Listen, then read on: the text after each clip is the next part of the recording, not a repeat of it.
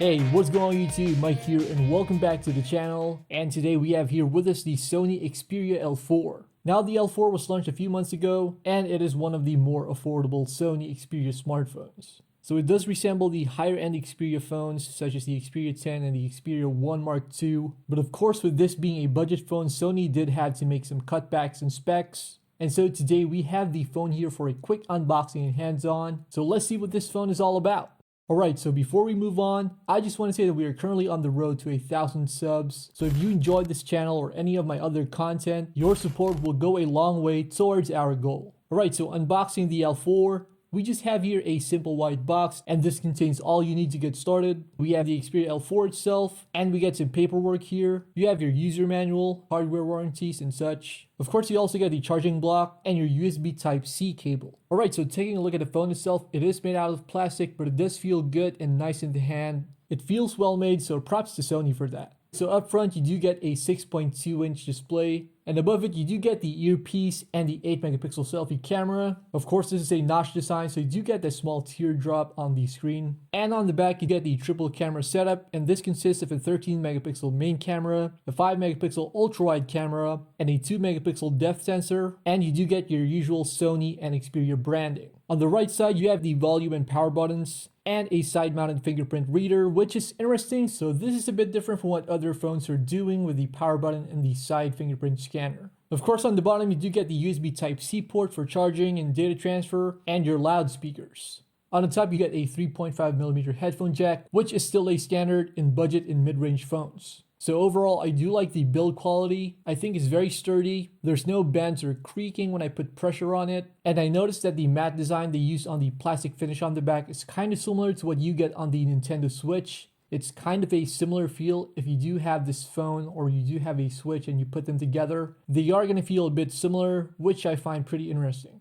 Alright, so let's power on this device. Let's get through the loading screens here. So I have set up the L4 here, and the 6.2-inch display definitely stands out. You don't get a lot of budget phones around the sub $200 price range, which include a 21:9 aspect ratio. Now, of course, the more expensive Xperia handsets also have this display, and I think it's pretty cool that Sony equipped this phone with a similar type of display. Now, of course, this comes with a low 720p resolution, but you do have to consider its price point, and for basic users, this will be ideal for multitasking and media consumption. Personally, I don't find the tall screen hard to use. Of course, I do have to stretch my fingers a bit, but then again, I do have these long Voldemort fingers, so it's not really hard for me. And watching movies and content on this screen is pretty nice. The 21:9 aspect ratio works really great for movies. Now, the long form factor of the phone is where the side fingerprint scanner comes into play. In my case, it was pretty easy to use. You just have to get used to it. Alright, so Sony does add a bit of its own software here. And they did add some features such as a multi-window feature, which frankly is pretty great considering the tall screen on this phone.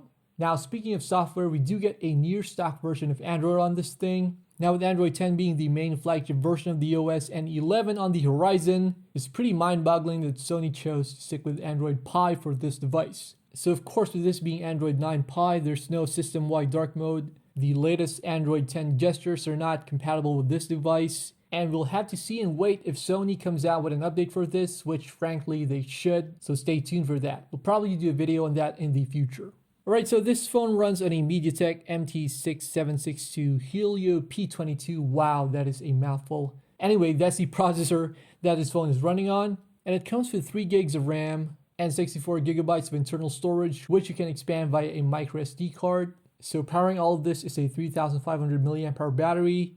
And it also comes with a fast charging feature, although you need to buy a different charger for that. I do believe that given the low specs and the somewhat medium-sized battery, we are going to get some decent battery life on this phone. But yeah, I think that the Xperia L4 should do well for light tasks, like gaming. Like I said, we will do more videos on this phone in the future. And of course, we will include some gaming samples there. Alright, so that pretty much does it for this unboxing and hands-on video. I'm going to spend a bit more time with the Xperia L4 to test it out and see how it does, how it performs on a daily basis. And I'm going to come back to you guys with a video on that stuff, so do stick around for that. As always, I do appreciate you guys for coming over to the channel. And once again, thanks for watching.